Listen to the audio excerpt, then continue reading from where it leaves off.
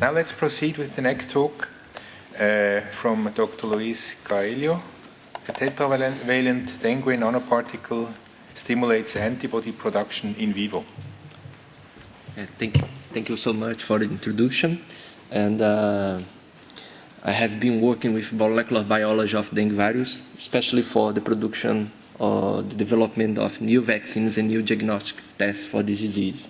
So the nanomedicine is a new field for me, and I'd like to thank you, the CLINAM, for invitation, for the opportunity.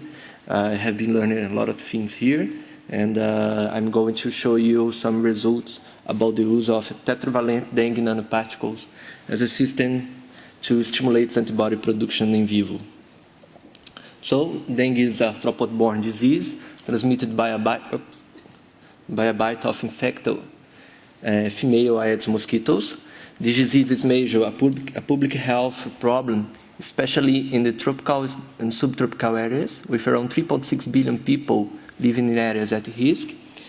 And in this slide, you can see the dengue virus morphology. It's a small virus, about 15 nanometers, and there are 4 serotypes of the dengue 1, 2, 3, and 4.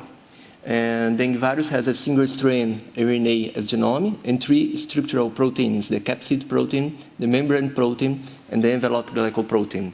And this last one is very important in dengue virus biology because it's involved in cellular infection, and it is the most immunogenic protein of the virus.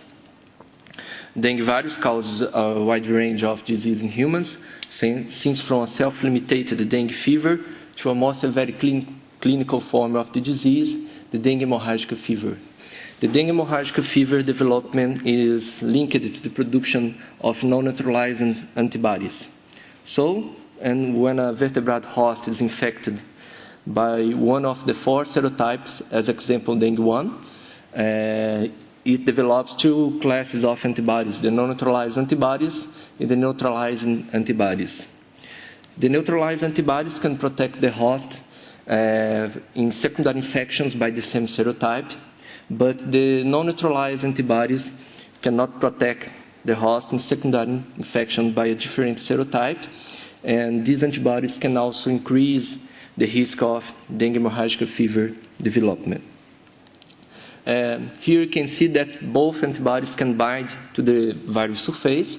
The neutralized antibodies can bind to envelope glycoprotein and block the interaction of this protein with its cellular receptor. And the non-neutralized antibodies can bind to envelope glycoprotein and the membrane protein, but these antibodies are not able to neutralize dengue virus infection. This immune complex can bind to antibody receptors that some immune cells have in their membrane, and this can promote a cellular infection, a virus replication, and finally an increased viral load and a high cytokine expression. And these 2 factors is very important to dengue hemorrhagic fever development. So the great challenge in dengue vaccine is to find a vaccine that should be able to provide long-lasting immunity, generate neutralized immunity against the 4 serotypes, and not contribute to immunopathogens of the disease.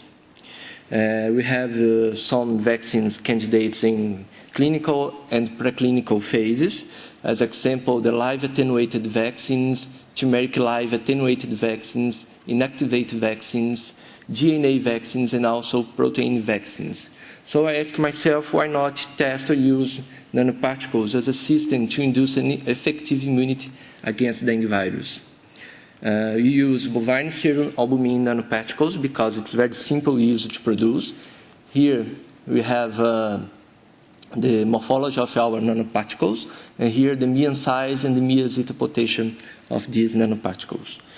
We perform a passive absorption of all inactivated dengue virus serotypes into the surface of these nanoparticles.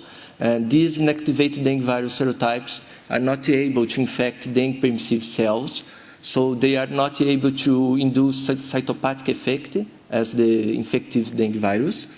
And to demonstrate the presence of dengue 1, 2, 3, and 4 into the surface of the nanoparticles, we developed an ELISA assay using monoclonal antibodies against the 4 serotypes. And as you can see here, dengue 1, 2, 3, and 4 were detected in the surface of these nanoparticles. Next, we started our mice immunization protocol.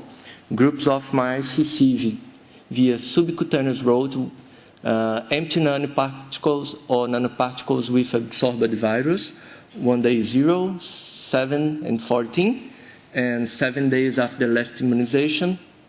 The blood was collected and serum was used for antibody quantification. And here you can see that our formulation induces robust production of antibody if compared to empty nanoparticles with the inactivated dengue virus serotypes and the negative control. Here you have kinetics of antibody production after the second dose of nanoparticles with absorbed virus. We have an increase of antibody production showing an adjuvant effect of this formulation. However, the plague reduction neutralization assay showed that these antibodies are not able to neutralize dengue virus infection. So, our nanoparticles can induce humoral response against dengue virus, but you need to do further investigation to improve the immunogenicity, epitope specificity, and also functional activity to make this platform a viable option for dengue virus vaccines. Here, I put some future directions about the nanoparticle and dengue. There's some questions here. As example, should we evaluate the antibody production to encapsulate and activate the dengue virus? This is in progress. Or should you use recombinant proteins such as the enveloped glycoprotein? Or should we modify nanoparticle composition in order to induce neutralizing antibodies? Finally, I would like to thank all persons who contributed to these works, and also CNPq, FAPMIG, and CLINAM. Thank you for your attention.